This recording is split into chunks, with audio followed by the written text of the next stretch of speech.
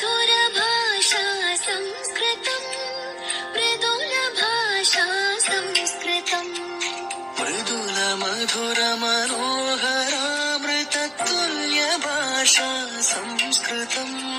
आज की संस्कृत कक्षा में आप सबका स्वागत है। आज हम जानेंगे संस्कृत की इम्पोर्टेंस को। अगर आपका भी ये प्रश्न है कि why we read Sanskrit, why we need Sanskrit, हम संस्कृत क्यों पढ़ें, हमें संस्कृत की क्या आवश्यकता है, तो यह लेक्चर आपके सभी डाउट्स को क्लियर करने वाला है। इसलिए लेक्चर के एंड तक हमारे साथ बने रहें। तो सबसे पहले बात करते हैं नासा की। नासा के अनुसार देव भाषा संस्कृत की गूंज बहुत जल्दी अंतरिक्ष में सुनाई देने वाली है और नासा ने जितने शोध कार्य किए उसमें संस्कृत भाषा को सबसे स्पष्ट भाषा कहा है। वर्तमान समय की बात करें, संस्कृत व्याकरण सभी कंप्यूटर की समस्याओं को हल करने में सक्षम भाषा है।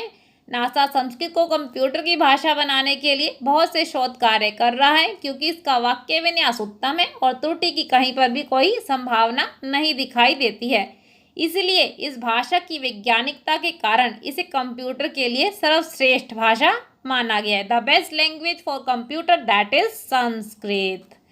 नासा के अनुसार कंप्यूटर सॉफ्टवेयर प्रोग्रामिंग के लिए संस्कृत सर्वाधिक सुविधाजनक भाषा है क्योंकि कंप्यूटर सॉफ्टवेयर प्रोग्रामिंग और संस्कृत व्याकरण में समानता पाई जाती है और उस समानता का कारण है अष्टाध्यायी ग्रंथ, हमारा संस्कृत व्याकरण का ग्रंथ, जिसकी रचना संस्कृत के महान व्याकरण आचार्य पाणिनि मुनि ने की है। और संस्कृत को सबसे वैज्ञानिक भाषा इसीलिए कहा गया क्योंकि हजारों सालों से इस भाषा में कोई परिवर्तन नहीं हुआ है और इसका कारण इसकी व्याकरण है।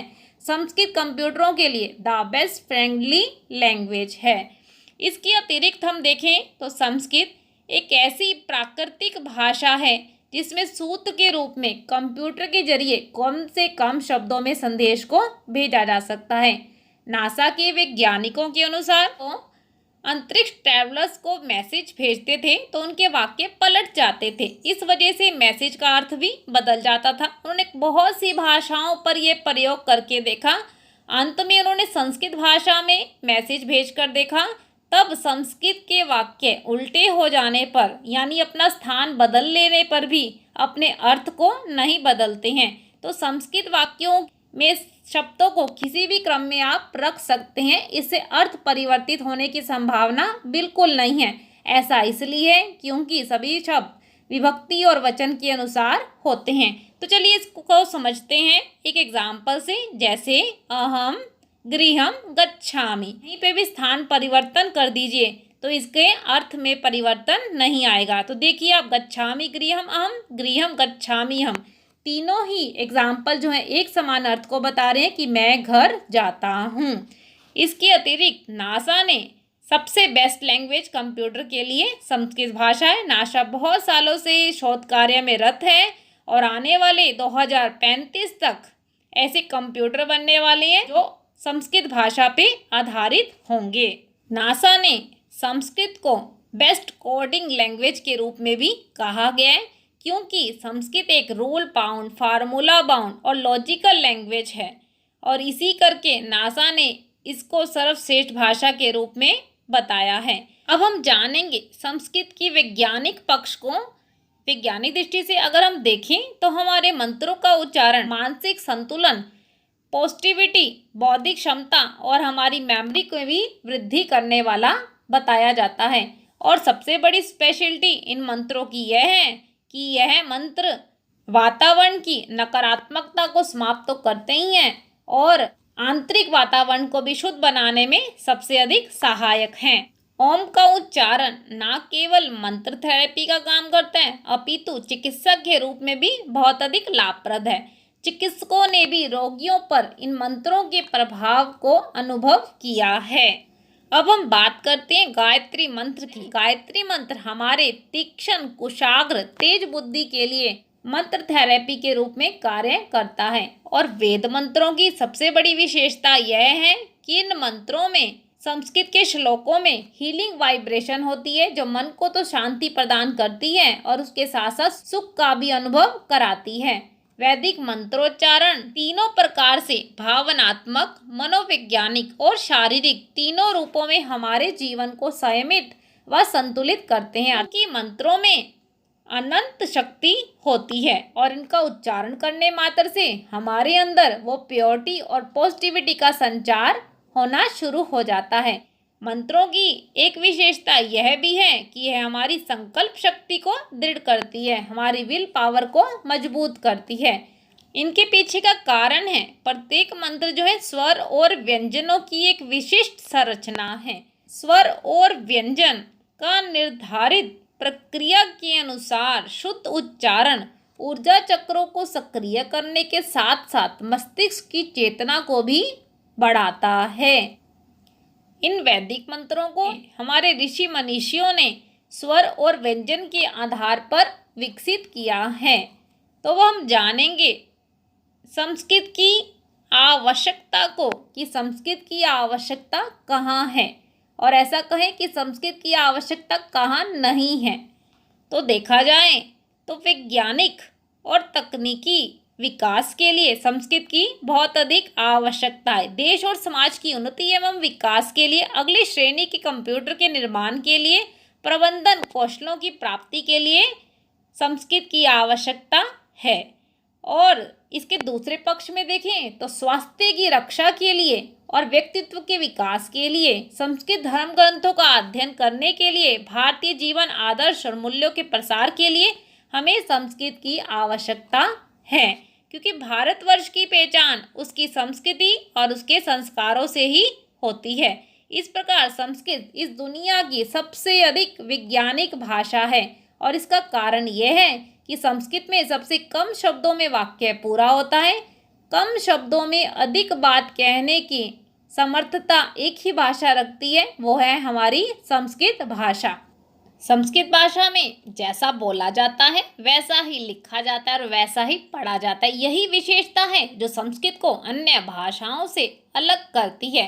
अगर हम आंग्ल भाषा की ओर देखें तो वहाँ जैसा बोला जाता है वैसे लिखा नहीं जाता है। एक उदाहरण से समझते हैं, जैसे नाइफ है, नाइफ में के हमारा साइलेंस है, पर सुनने वाले को एग्जैक्ट नहीं पता चला कि नाइफ में के क नाइफ है या नाइफ है। ऐसे बहुत से उदाहरण हम दे सकते हैं। जैसे पुट बोलते हैं तो PUT पुट, और अगर बट बोलते हैं तो BUT बट। जब देखा जाए तो इनकी फॉर्मेशन एक जैसी है, परंतु इनके बोलने में कितना अधिक अंतर है और इसको सुनने वाला इसके सही उच्चारण को नहीं जान पाता है। और संस्कृत की वर्णमाला को देखा जाए तो आप इसे स्वयं निरीक्षण करके देख सकते हैं। यह वर्णमाला हमारे ऋषि मुनियों के द्वारा बनाई गई है। प्रत्येक व्यंजन वर्ण का उच्चारण स्थान मुख के भीतर किन किन स्थानों से होता है और किसी अन्य भाषा में ऐसा नहीं आपको देखने को मिलेगा। संस्कृत भाषा की कुछ विशेषताओं को और जानते हैं। It increase our IQ level. Sanskrit पढ़ने से हमारा IQ लेवल बढ़ता है, क्योंकि संस्कृत एक लॉजिकल भाषा है और ये हमारे गणित और साइंस जैसे कठिन विषयों को पढ़ने में भी बहुत अधिक सहायता करती है। ऐसा कहा जाता है अक्सर कि विद्यार्थी जो हैं गणित और विज्ञान को कठिन विषय मानकर बेहतर परिणाम नहीं दे पाते, परंतु जो विद्यार्थी संस्कृत सीखता है उनके लिए गणित और विज्ञान जैसे कठिन विषयों को भी करना बहुत सरल हो जाता है। तो संस्कृत सीखने से दिमाग हमारा तेज हो जाता है और याद रखने की शक्ति और क्षमता बढ़नी शुरू हो जाती है। संस्कृत सीखने मात्र से ही एकाग्रता यानी कंसंट्रेशन में भी वृद्धि होती है और स्मरण शक्ति में भी वृद्धि होती है। मनुष्य जो है स्ट्रेस फ्री रहता है और शांत रहता है और प्रत्येक कार्य को बहुत अच्छी तरह से करने में समर्थ हो जाता है। संस्कृत एकमात्र ऐसी भाषा है कि जिसे बोलने से जीभ की सभी मांसपेशियों का इस्तेमाल होता है, क्योंकि आपने देखा हमारे व्यंजन वर्णों का स्थान अलग अलग स्थानों से है, जिसकी वजह से सभी मांसपेशियों का प्रयोग हो जाता है।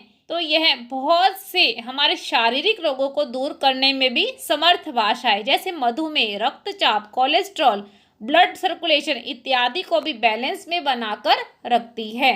संस्कृत बोलना न केवल शारीरिक स्तर पे अपितु मानसिक एवं बौद्धिक स्तर पर भी एक मनुष्य में संतुष्टता का भाव लेकर आता है।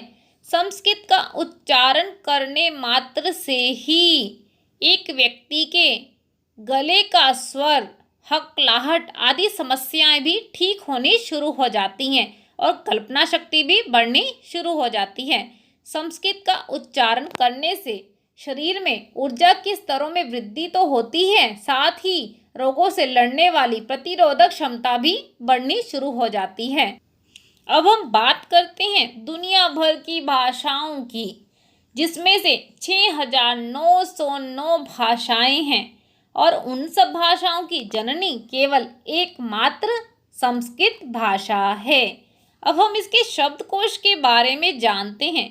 संस्कृत के शब्दकोश में 102 अरब 78 करोड़ 50 लाख शब्द हैं और आंग्ल भाषा में देखा जाए तो उसके शब्दकोश में केवल 72,000 शब्द हैं, जो अन्य भाषाओं की अपेक्षा संस्कृत में सबसे ज़्यादा वर्ड्स की कलेक्शन है।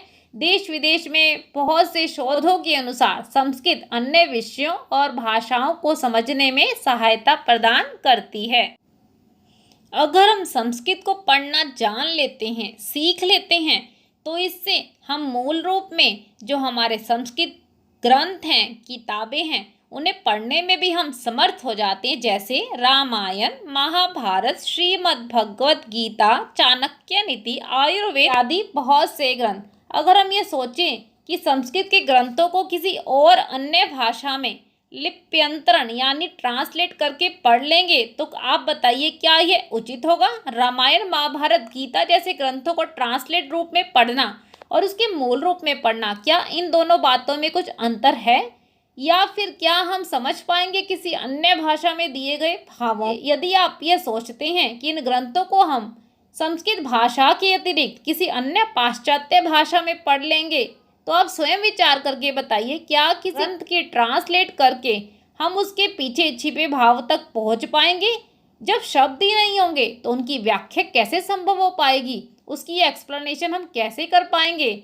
और एक बार विचार करके देखिए कि आप किसी ग्रंथ को आंग्ल भाषा में पढ़ते हैं तो आपको कितना समय लगता है? लगभग 3 गुना। और आप अगर उसी संस्कृत ग्रंथ को हिंदी में पढ़ना शुरू करते हैं तो कितना समय लगता है? लगभग 2 गुना। और अगर आप इसी ग्रंथ को उसकी मूल भाषा में पढ़ते हैं तो लगभग कितना समय लगेगा? 1 गुना। तो अब हम जानते हैं अपनी वर्तमान शिक्षा प्रणाली को, क्योंकि आज वर्तमान में शिक्षा केवल एक नौकरी, डिग्री तक के सीमित दायरों तक ही सिमट कर रह गई है। आज कहीं ना कहीं हमारा बुनियादी ढांचा कमज़ोर हो गया है। आज के समय की बेसिक नीड है संस्कृत, क्योंकि आधुनिक भाषा जीवन काटना तो सिखाती है, कंपटीशन की भावना तो सिखाती है, परंतु संस्कृत हमें जीवन जीना सिखाती है, हमें जीवन के उद्देश्य से जोड़ती है। और दूसरी तरफ देखा जाए तो विदेशों में संस्कृत को पढ़ने वालों की संख्या बढ़ती ही जा रही है और बहुत से स्कूल, कॉलेजेस में संस्कृत को अनिवार्य विषय के रूप में रखा गया है और यहाँ के विद्यार्थी संस्कृत विषय में पूरे नंबर लेकर टॉपर्स की श्रेणी में आते हैं और बहुत सी यूनिवर्सिटी संस्कृत को सीखने में इंटरेस्ट दिखा रही हैं। एक शोध कार्य किया गया, एक वर्ग को संस्कृत विषय दिया गया और दूसरे वर्ग को संस्कृत विषय नहीं दिया गया और जो दोनों वर्गों के परिणाम आए उनमें बहुत अधिक अंतर देखने को मिला। इसलिए वहाँ पर संस्कृत को कंपल्सरी सब्जेक्ट के रूप में कर दिया गया है। और जर्मनी की अकेली 14 यूनिवर्सिटी संस्कृत की है, जिसमें अनेक प्रकार के संस्कृत ग्रंथों पर शोध कार्य निरंतर चल रहा है। सर मोनियर विलियम्स ने बहुत सुंदर कहा, संस्कृतम नास्ति काचित् मृत भाषा अपितु देशे सर्वत्र बुधैर्भाष्यमाना लिख्यमाना च।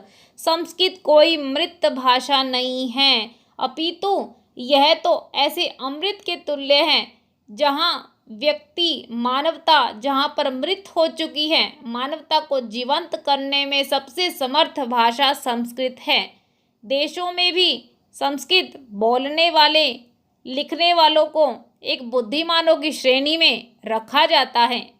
संस्कृत विषय को एक नई दृष्टिकोण से आज पढ़ने की आवश्यकता है। इसके अतिरिक्त हमें संस्कृत विषयों को अनेक विषयों के साथ जोड़ने की भी आवश्यकता है, क्योंकि संस्कृत भाषा हमारे भारतवर्ष की पहचान है, उसका परिचय है। यदि हम विश्व को सभ्यता के सकारात्मक शिखर पर देखना चाहते हैं तो संस्कृत को राष्ट्रभाषा नहीं अपितु विश्व भाषा का हमें सम्मान देना होगा। तो इस प्रकार आपने संस्कृत की इम्पोर्टेंस को जाना।